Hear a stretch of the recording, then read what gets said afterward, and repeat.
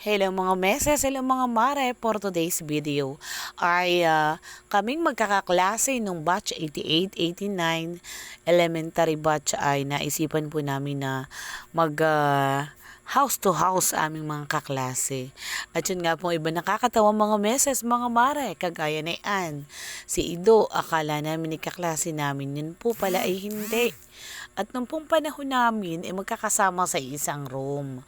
Halimbawa, grade 1 and grade 2, grade 3 and grade 4. Kami po magkakasama sa isang room, kaya kami nalilito kung sino po baga ang aming kaklase.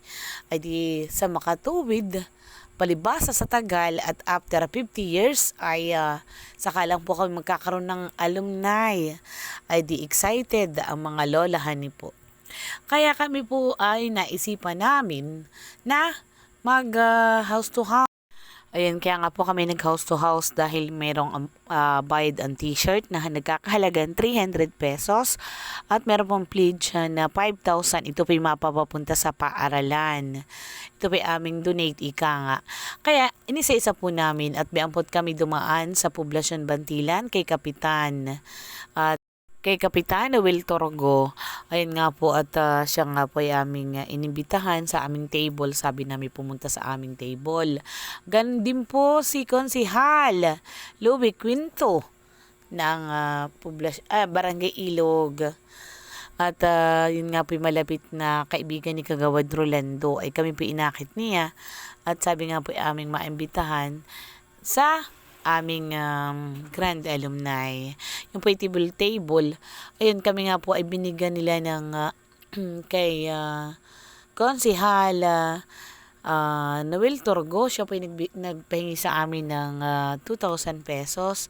Tapos po ay si Konsihal Louie Quinto ay nagbigay naman ng 1,000 pesos. At yun nga po ay pandagdag namin. Kaya kami po ay naisipan namin iyon. Ay yun nga po ang iba naming kaklase. Ay sabi nga po hindi kami pare-parehas sa antas ng pamumuhay. Ay di sa kagustuhan po namin na sila po ay makarating. Ay di naisipan po namin na gumawa ng paraan. Siguro naman po hindi masamahan eh. At ito po na may sa ikabubuti ng lahat. So, yun nga po, si Konsehal Nilo Labinya ay nagbigay din po ng 1,000 pesos. Kaya bali kami pinakalikom ng 4,000. Ang amin po namang kaklase na si Diana Alianza ay nagbigay ng cash. At saka din po si Jennifer Lara, si Rafael Cumbalicer, si Elmer Lucero, si Ate Roda, at saka iba pa namin kaklase. Ay di sa makatuwid, pinagsama-sama po namin iyon at amin pong kami pinakabayad sa pledge. Tapos po ay sabi nga po ay yung aming pagsasalang pagkain, doon na rin namin kinuha.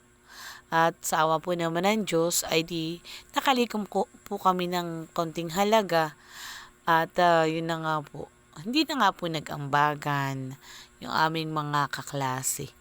Kami po masaya kami po sama-sama at ito po bihira. Di po baga, after 50 years ay kami ay magkakasama-sama, magkakatipon-tipon sa ganitong kasiyahan ng Grand Alumni.